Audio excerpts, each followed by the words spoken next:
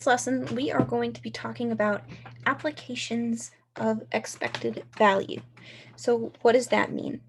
Well, most pertinently, what this means is that we're going to be talking about expected payout.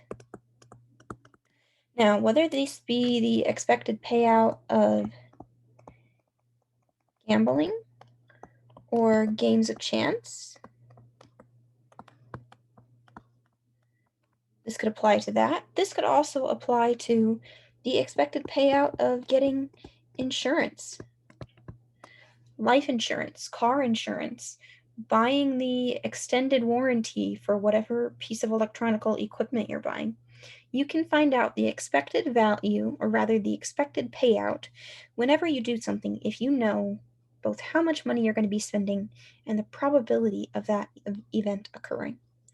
So remember, expectation or expected value comes from when you have a PDF or a probability distribution function. This is the mean, also known as the expected value, also known as the sum of all of the x's times the probability of that x.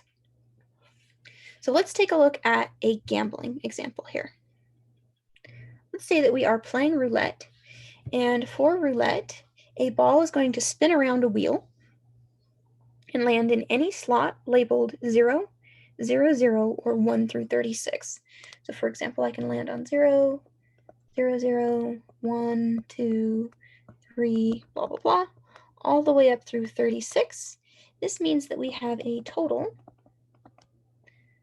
of 38 outcomes. All right, so we have a total of 38 outcomes. The ball stops spinning somewhere in one of those 38 slots. Now, let's say that you go to a casino and it costs $5 to play roulette. So you go up to the table, you want to play, you put down $5.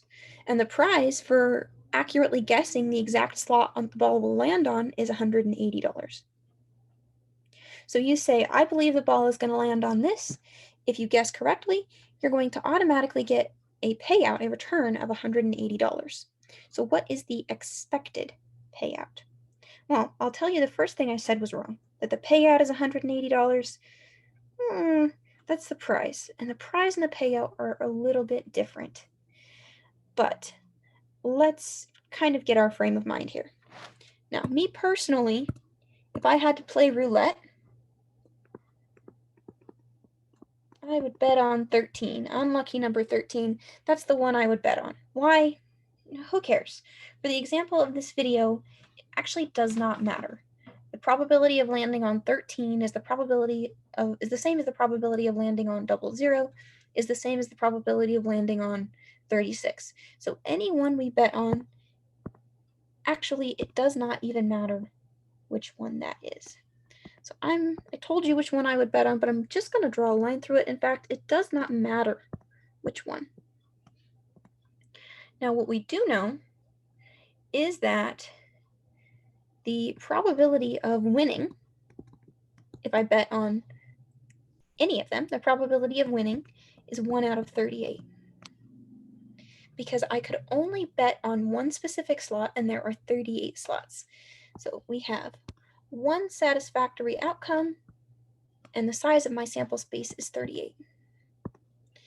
By the way, while we're at it, what is the probability of losing?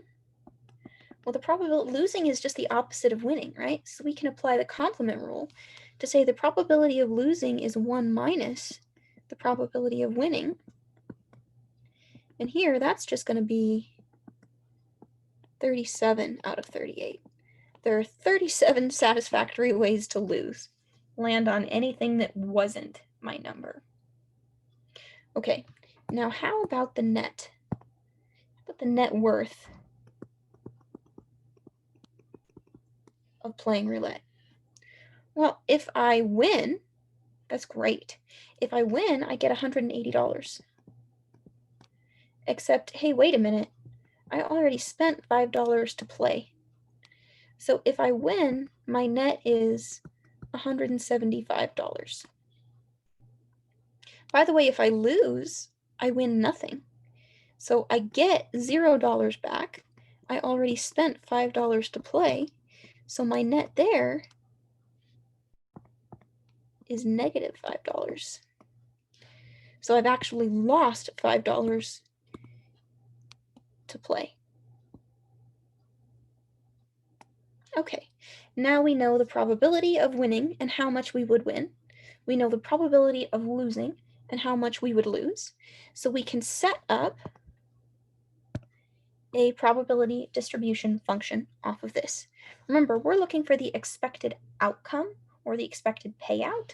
So we're going to talk about x being the earnings and p of x being the probability that I earn that much. Just starting to run a little low on space, so I'm going to go ahead and copy this over to a new page so that we have plenty of room to look at this.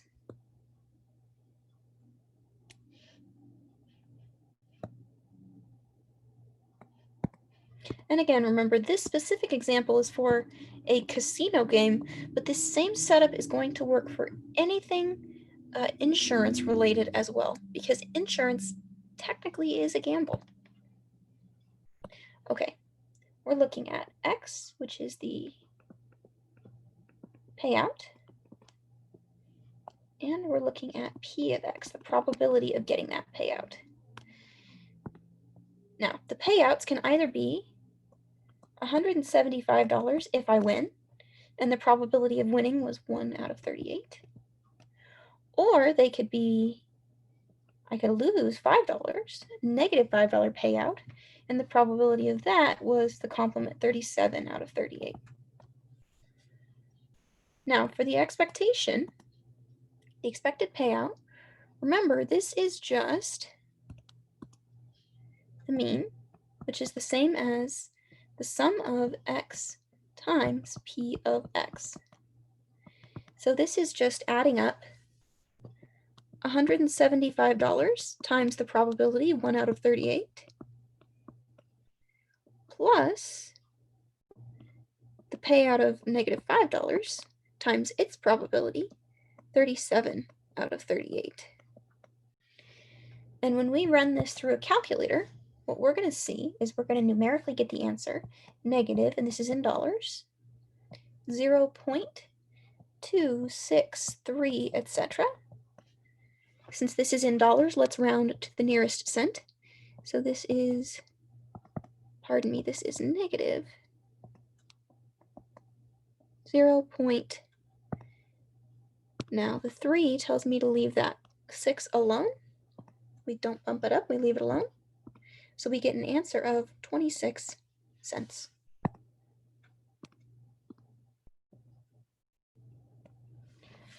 Let's interpret this. What the heck does this mean?